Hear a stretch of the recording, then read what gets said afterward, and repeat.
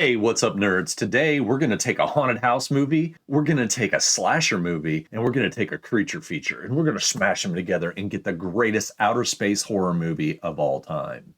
I bid you welcome.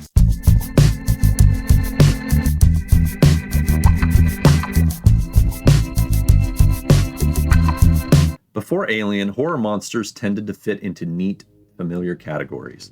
They were either gothic nightmares like Dracula or Frankenstein's creature, tragic figures with a touch of humanity, or they were rampaging behemoths like Godzilla or the Blob, monstrous but almost impersonal. Even slasher villains hadn't fully evolved yet. You had Black Christmas and Halloween came out the year before Alien, but weren't fully on a roll yet. Horror was still defined by creatures that could be reasoned with, outsmarted, or at least understood. But then the xenomorph slithered onto the screen, and suddenly horror had something new, something unknowable. No tragic backstory, no motive beyond survival. It didn't want revenge. It didn't want to rule. It just was. And that was terrifying. The monster wasn't outside the ship. It was inside, growing, learning, adapting. An evolutionary nightmare. It made every creature before it feel almost quaint. The food ain't that bad, baby.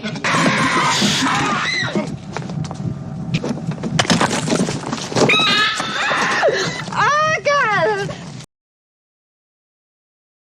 Creature features thrive on an unforgettable monster, and Alien delivers a predator straight from hell. The xenomorph is both eerily organic and unsettlingly mechanical, something that looks like it was designed rather than evolved.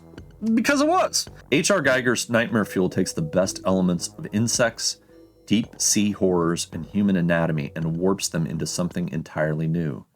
It doesn't just kill, it stalks, playing with its prey, using the ship's shadows like a slasher villain. And worst of all, it changes. It grows. What starts as a scuttling parasite becomes an unstoppable force of nature, making every phase of its life cycle a new level of horror.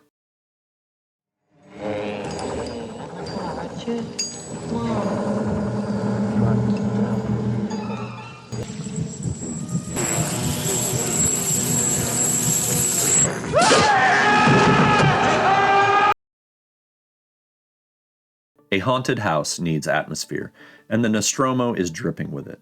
Tight corridors, hissing pipes, flickering lights, and a constant sense that something is just out of view. It's massive, yet claustrophobic, filled with labyrinthine air ducts and cavernous engine rooms where danger could lurk anywhere. Like any good haunted house, it's also full of secrets, whether it's Ash's hidden agenda or the creeping realization that no one is coming to help. The ship itself feels oppressive, a steel tomb floating in the void, where every sound echoes like a whisper from something unseen. Dallas? You're gonna have to hold your position for a minute. I've lost the signal. You sure? Look around. Are you sure that it's not there? I mean, it's gotta be around there somewhere. It's gotta be around there. Oh, God. It's moving right towards you.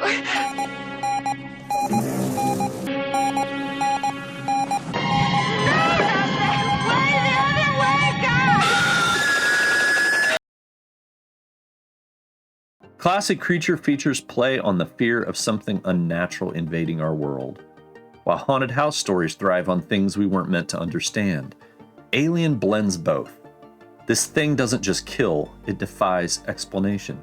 It bleeds acid. It gestates inside you. It doesn't even have eyes, yet it hunts with terrifying precision. The crew doesn't just face a predator, they face something that feels like it shouldn't exist, something beyond human comprehension. That Lovecraftian touch, that sense of the universe is colder and crueler than we ever imagined, makes Alien feel more than just a monster movie. It makes it cosmic horror.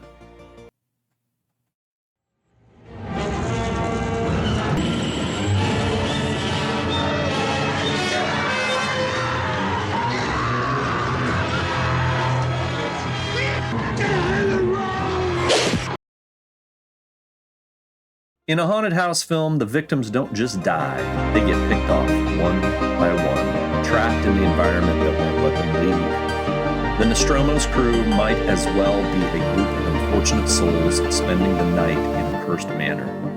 The xenomorph is the ghost, lurking unseen, striking when they least expect it. Parker and Brett treat it like a problem to be solved, until it isn't. Dallas tries to confront it in the dark, only to disappear like a Victorian aristocrat, ignoring warnings about the basement.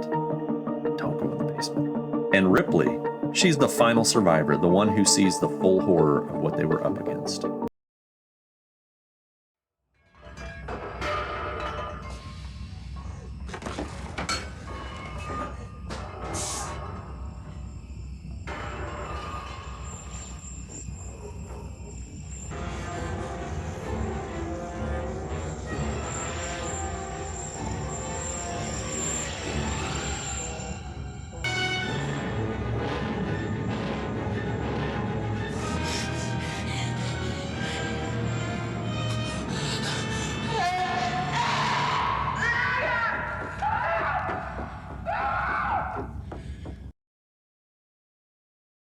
And finally, of course, every haunted house movie needs a lone survivor. The one person who fights their way through the nightmare while everyone else fails. Ripley isn't just the final girl, she's the final woman against the final monster. Her survival, a brutal war of attrition. The haunted house demands a reckoning, and Ripley delivers it, flushing the xenomorph into the void like an exorcist driving out a demon. But even then, the horror lingers. Like all the best haunted house survivors, she doesn't win. Not really. She escapes, and she knows that out there in the dark, there are more. Ooh, man, I got the chills. I love Alien. It's a fantastic movie, a great mashup of genres that gave us something new and something terrifying. And I can't wait to watch it again. Take care out there. You guys are awesome. Tell me what you liked about Alien or what your favorite haunted house movie is. We'll see you soon.